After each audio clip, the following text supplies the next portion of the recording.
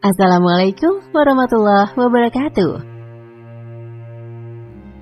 Bukit Tursina atau yang juga dikenal dengan nama Gunung Sinai memiliki arti tersendiri bagi umat Islam, Yahudi, dan Kristen. Pasalnya di tempat itulah Nabi Musa alaihissalam berbicara dengan Allah Subhanahu wa Ta'ala secara langsung. Begitu istimewanya tempat tersebut, sampai-sampai dalam surat At-Tin Allah berfirman, "Demi buah tin dan zaitun, demi bukit Tursina, dan demi negeri yang aman ini."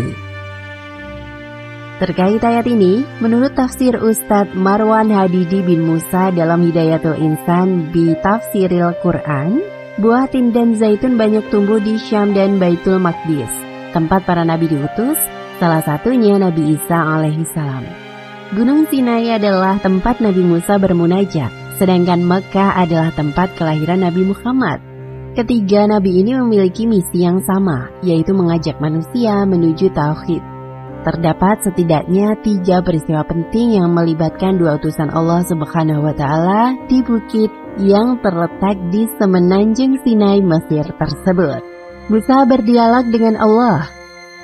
Kisah Nabi Musa alaihissalam merupakan salah satu kisah Nabi yang cukup panjang, dituturkan dan terdapat di beberapa bagian di dalam Al-Quran. Jika diuraikan dari awal kelahirannya hingga wafat, tentu akan menjadi beberapa episode cerita. Karena selalu ada hal yang menarik di setiap fase kehidupannya. Di dalam ulasan singkat ini, kreator hanya akan menampilkan kisah Nabi Musa saat beliau sedang bermunajat kepada Allah di Bukit Sinai. Imam An-Nasafi dan para tafsir lainnya menyebutkan bahwasanya Nabi Musa alaihissalam pernah berjanji kepada kaumnya Bani Israel saat mereka masih berada di Mesir. Jika Allah membinasakan Fir'aun beserta bala tentaranya, maka ia akan memberikan semacam kitab suci yang di dalamnya terdapat perintah-perintah dari Allah Subhanahu wa Ta'ala untuk mereka kerjakan. Juga larangan-larangan yang harus mereka tinggalkan sebagaimana lazimnya umat beragama. Selepas Allah Subhanahu wa Ta'ala menyelamatkan Nabi Musa alaihissalam bersama Bani Israel dari kejaran Fir'aun dan bala tentaranya, sekaligus menenggelamkannya di dasar Laut Merah, Nabi Musa alaihissalam ingin menunaikan janjinya kepada Bani Israel tersebut. Ia pun meminta kepada Allah untuk memberinya suatu kitab yang bisa dijadikan pegangan oleh Bani Israel dan juga orang-orang setelahnya.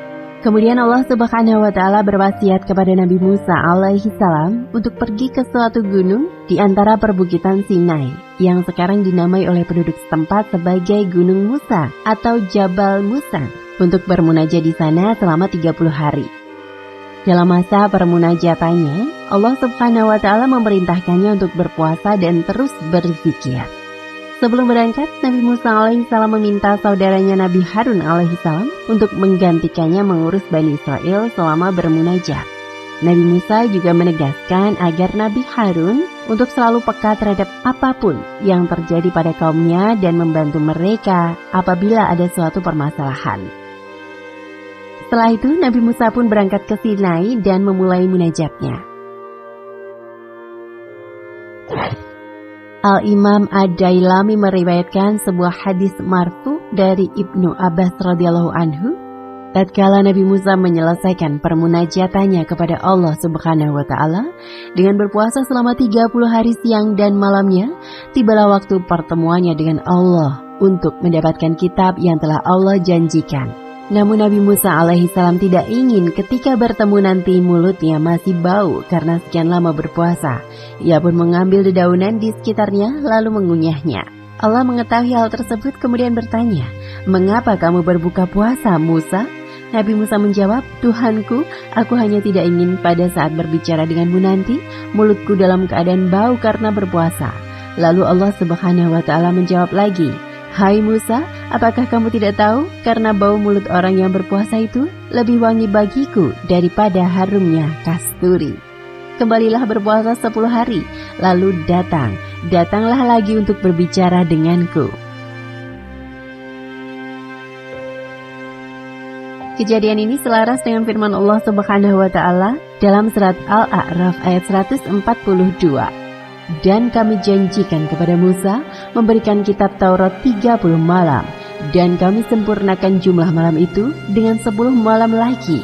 Maka sempurnalah waktu yang ditentukan Tuhannya 40 malam. Setelah selesai 40 hari berpuasa, Nabi Musa kemudian datang kembali untuk bercakap-cakap dengan Allah. Ia berkata, Tuhanku, tampakkanlah dirimu kepadaku agar aku dapat melihatmu. Quran Surat Al-A'raf ayat 145. Allah Subhanahu wa Ta'ala berfirman, Engkau tidak akan sanggup melihatku, namun lihatlah gunung itu, jika ia tetap di tempatnya, niscaya engkau dapat melihatku. Kemudian tatkala Allah Subhanahu wa Ta'ala menampakkan keagungannya kepada gunung yang telah ditunjuk, meledaklah gunung tersebut hingga hancur. Nabi Musa yang menyaksikannya seketika jatuh pingsan. Ketika tersadar, beliau pun berkata, Maha suci engkau, aku bertaubat kepada engkau, dan aku adalah orang yang pertama-tama beriman. Quran Surat Al-A'raf ayat 143.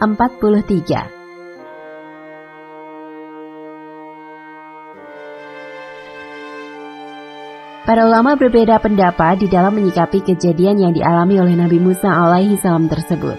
Ketika Allah Subhanahu wa Ta'ala berfirman, Kamu tidak akan sanggup melihatku, ada yang beranggapan bahwa ketidaksanggupan untuk melihat Allah dimaknai sama sekali tidak dapat melihat.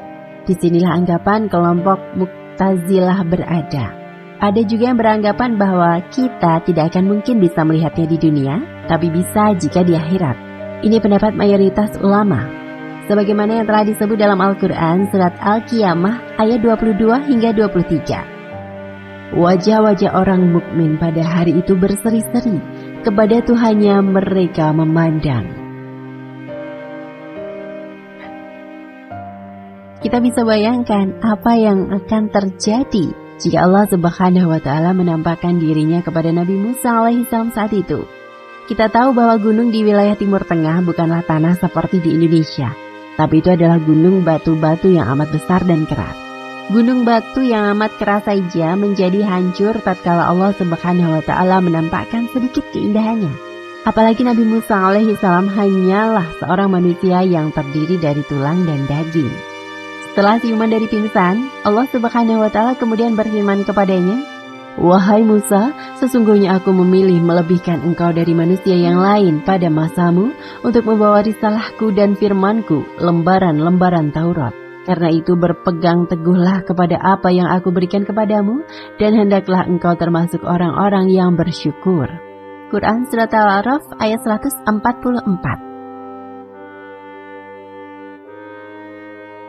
Di dalam lembaran-lembaran atau alwah atau suhuf Taurat yang telah Nabi Musa terima, Allah Subhanahu wa Ta'ala menuliskan segala sesuatu yang dibutuhkan oleh Bani Israel, seperti penjelasan tentang halal haram, baik dan buruk, juga nasihat-nasihat yang penting bagi umatnya.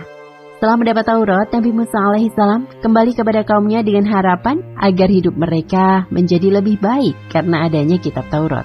Dapat kita bayangkan betapa besarnya rasa cinta Nabi Musa alaihissalam kepada umatnya, agar umatnya mendapat hidayah.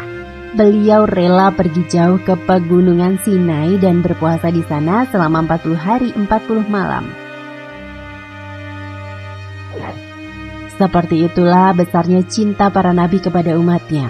Sama halnya seperti baginda Nabi Muhammad SAW hingga detik terakhir kepergiannya meninggalkan dunia ini. Kata-kata yang terucap dari mulutnya adalah umatku, umatku, umatku. Semoga Allah menumbuhkan rasa cinta di hati kita agar bisa mencintainya, mencintai nabi-nabi dan rasulnya, dan juga orang-orang soleh agar kelak kita bisa berkumpul bersama mereka nanti di hari kiamat.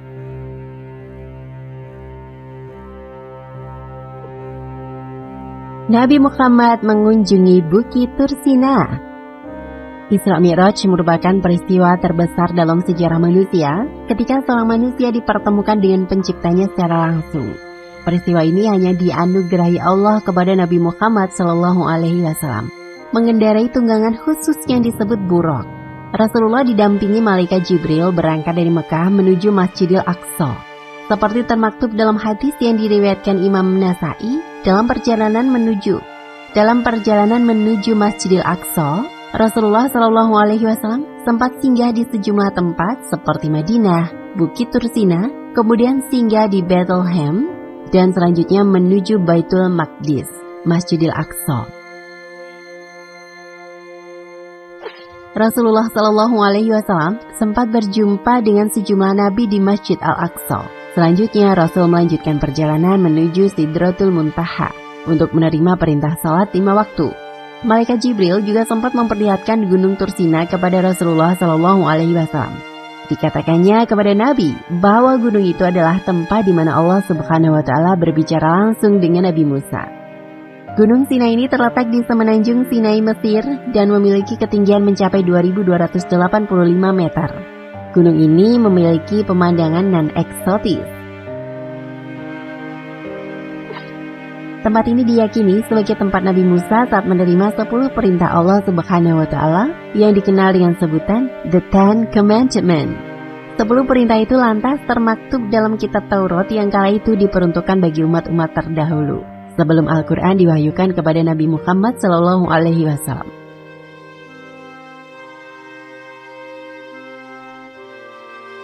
Arkeolog klaim temuan lokasi Gunung Tursina. Para ahli percaya bahwa mereka akhirnya menemukan Gunung Sinai atau Gunung Tursina, salah satu situs tersuci yang disebutkan dalam Alkitab dan Al-Quran. Lokasi itu ditemukan jauh dari tempat yang diduga sebelumnya. Sebuah organisasi arkeolog Alkitabiyah, The Doubting Thomas Research Foundation, mengklaim telah menemukan gunung yang sebenarnya di mana menurut perjanjian lama, Nabi Musa memimpin Bani Israel dan menerima 10 perintah dari Tuhan. Dalam agama Islam, gunung ini juga disebutkan sebagai tempat di mana Nabi Musa menerima wahyu Allah Subhanahu wa Ta'ala. Namun yayasan riset itu mengklaim bahwa Gunung Sinai, salah satu tempat paling suci dalam agama Yahudi, Kristen, dan Islam, adalah Jabal Maqla, sebuah gunung yang terletak di pegunungan Jabal Al-Lawaz di barat Gunung Laut Arab Saudi. Salah satu alasan utama para sarjana tertentu mengklaim bahwa Exodus adalah mitos adalah karena sedikit atau tidak ada bukti tentang apa yang catatan Alkitab telah ditemukan di Gunung Sinai tradisional di semenanjung Sinai, Mesir. Kata Presiden The Doubting Thomas Research Foundation, Ryan Mauro, sebagaimana dilansir The Sun. Tetapi bagaimana jika para sarjana ini benar-benar mencari di tempat yang salah? Dia mencatat, pindah ke semenanjung Arab dan Anda menemukan bukti yang sangat meyakinkan yang cocok dengan catatan Alkitab.